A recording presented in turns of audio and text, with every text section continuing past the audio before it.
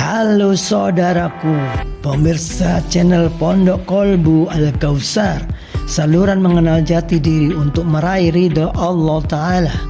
Pembahasan kali ini adalah syarah tulisan Yai tentang 10 sifat pejuang ruhani versi Syekh Abdul Qadir Al-Jailani. Syarah adalah pandangan penafsiran sementara agar semakin bersinar cahaya pemahaman kita dan lebih mendalam.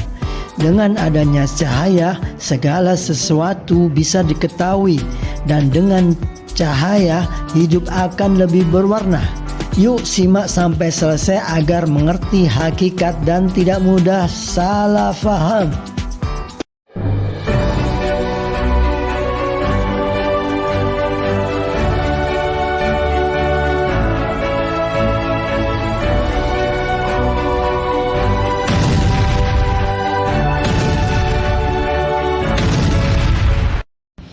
Assalamualaikum warahmatullahi wabarakatuh. Mudah-mudahan dengan mempelajari bab ini akan menambah kualitas rohani kita.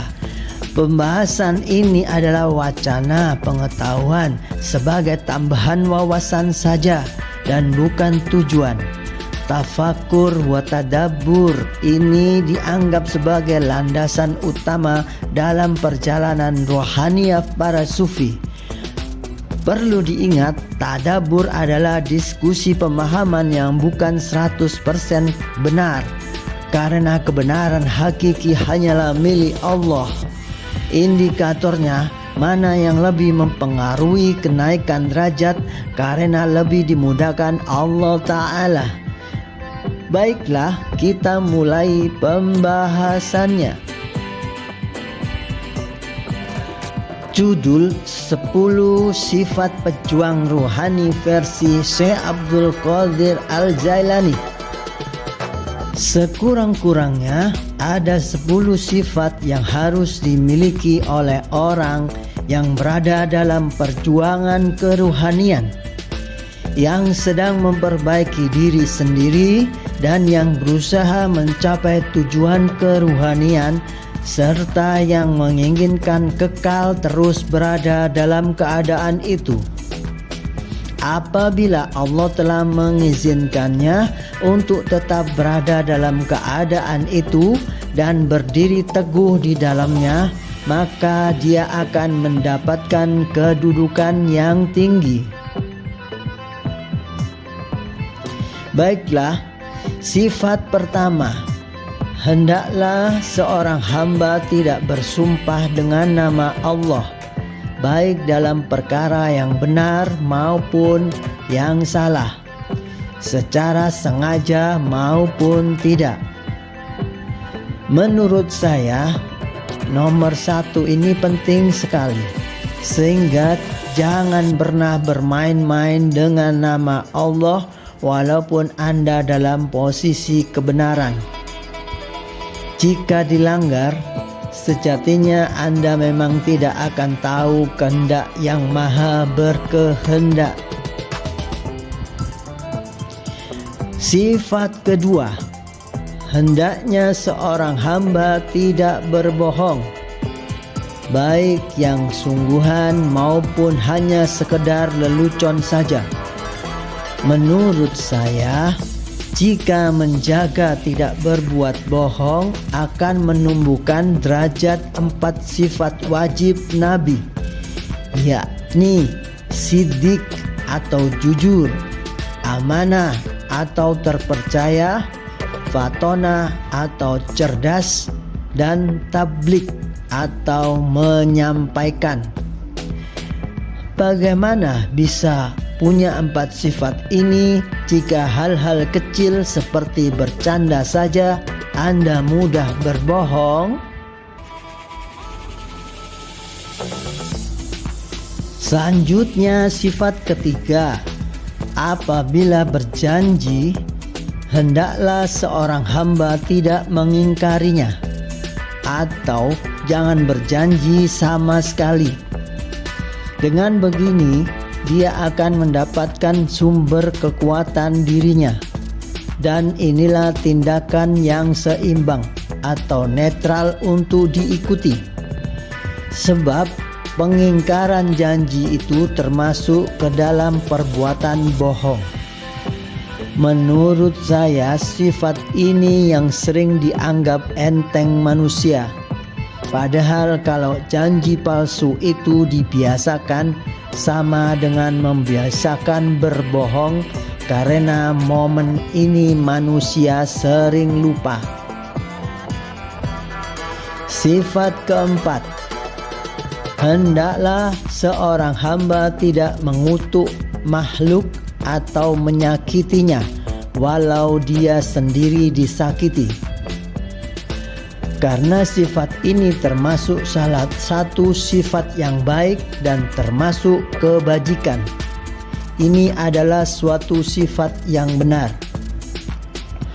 Menurut saya, kondisi ini sering diabaikan para salik. Misalnya digigit nyamuk atau semut, pasti akan mengutuknya atau menyakitinya, bahkan membunuhnya. Padahal kalau bisa mencegahnya, termasuk berbuat kebajikan, karena ini sifat yang benar.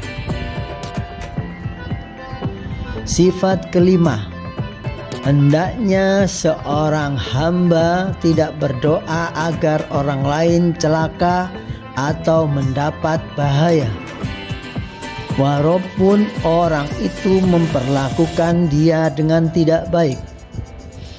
Janganlah membalas baik dengan lisan maupun perbuatan. Bersabarlah dan serahkan saja kepada Allah. Janganlah menuntut dibela, baik dengan perbuatan maupun dengan lisan. Menurut saya, selalu menjaga kebaikan walau direspon apapun, bahkan direspon jelek orang lain sekalipun, inilah perbuatan terpuji, cermin diri bagi yang sudah mempunyai banyak sifat mulia. Jika sudah bisa menjaga doa, ucapan, dan perbuatan hanya yang baik-baik saja, maka kita bisa menumbuhkan sifat tawakal yang memasrahkan segala sesuatu hanya pada Allah semata. Sifat keenam, janganlah seorang hamba itu mengatakan bahwa pengikut kiblat yang sama, yakni orang Islam itu, sebagai musyrik, munafik, atau kafir. Menurut saya, jika kita tidak mengkafirkan, memunafikkan, atau memusyrikkan seorang muslim, maka kita percaya atau beriman bahwa Allah Maha Pengampun dan Maha Penyayang, dan hanya Dialah yang berhak menilai hati dan iman seseorang. Sudah semestinya para sali itu harus lebih utama menjaga hati dan pikiran agar selalu bersih dan terbuka terhadap cinta dan kasih sayang daripada menghakimi orang lain. Sifat ketujuh, hendaklah seorang hamba itu menghindarkan dirinya dari perkara dosa, baik secara lahir maupun batin, dan juga menjauhkan anggota badannya dari perbuatan dosa. Menurut saya, sangat penting menjaga diri dari dosa, karena percuma jika susah payah pembersihan diri tapi masih rutin berbuat dosa. Harus belajar memahami yang mana dosa lahir, yang mana dosa batin. Sifat kedelapan, hendaklah seorang hamba itu tidak membebani seseorang, baik beban itu berat maupun ringan. Sebaliknya, hendaklah ia membuang beban yang ditanggung oleh seseorang, baik itu diminta ataupun tidak. Menurut saya ini sudah sangat jelas. Jangan memberi beban orang lain, apalagi berkali-kali atau rutin. Sifat ke-9, hendaknya seorang hamba itu tidak mengharapkan pertolongan manusia dan juga hatinya tidak menginginkan mulia. Hamba ini tidak memerlukan apa-apa lagi. Inilah kebaikan yang besar, keyakinan dan kebergantungannya yang erat kepada Allah. Menurut saya ini harus kita biasakan. Dengan tidak berharap pada makhluk, otomatis kita akan terbiasa berharap pada Allah semata. Sehingga semua aktivitas kita bisa lebih mudah hanya menuju Allah saja dan berharap ridho Allah semata. Sifat ke-10 ialah merendahkan diri, yaitu tidak merasa bangga dan membesarkan diri. Dengan sifat ini, kedudukan seseorang akan ditinggikan dan dimuliakan oleh Allah. Ia akan disempurnakan di sisi Allah dan juga di sisi manusia. Ia diberi kekuasaan untuk mendapatkan kehendaknya dalam urusan keduniaan dan keakhiratan. Sifat ini merupakan akar dan ranting bagi batang kesempurnaan ketaatan kepada Allah, dan ini juga merupakan penolong yang menaikkan seorang hamba ke posisi orang-orang saleh yang ridho dengan Allah di dalam kesusahan dan kesenangan. Dan inilah kesempurnaan wara. Menurut saya sifat ke-10 ini sangat penting karena mempengaruhi derajat ketakwaan seorang salih yang menjadikan dia mempunyai akhlak budi pekerti yang luhur. Cara saya agar tetap menjaga sifat ini adalah dengan selalu mengunci setiap awal perbuatan dengan niat yang lurus. Ilahi anta maksudi waridoka matlubi.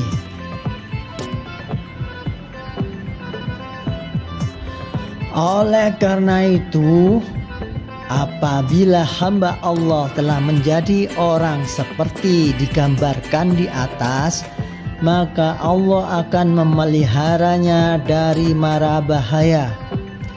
Derajatnya akan dinaikkan sebagai orang yang berdampingan dengan Allah Subhanahu wa ta'ala, dan ia akan menjadi orang pilihannya.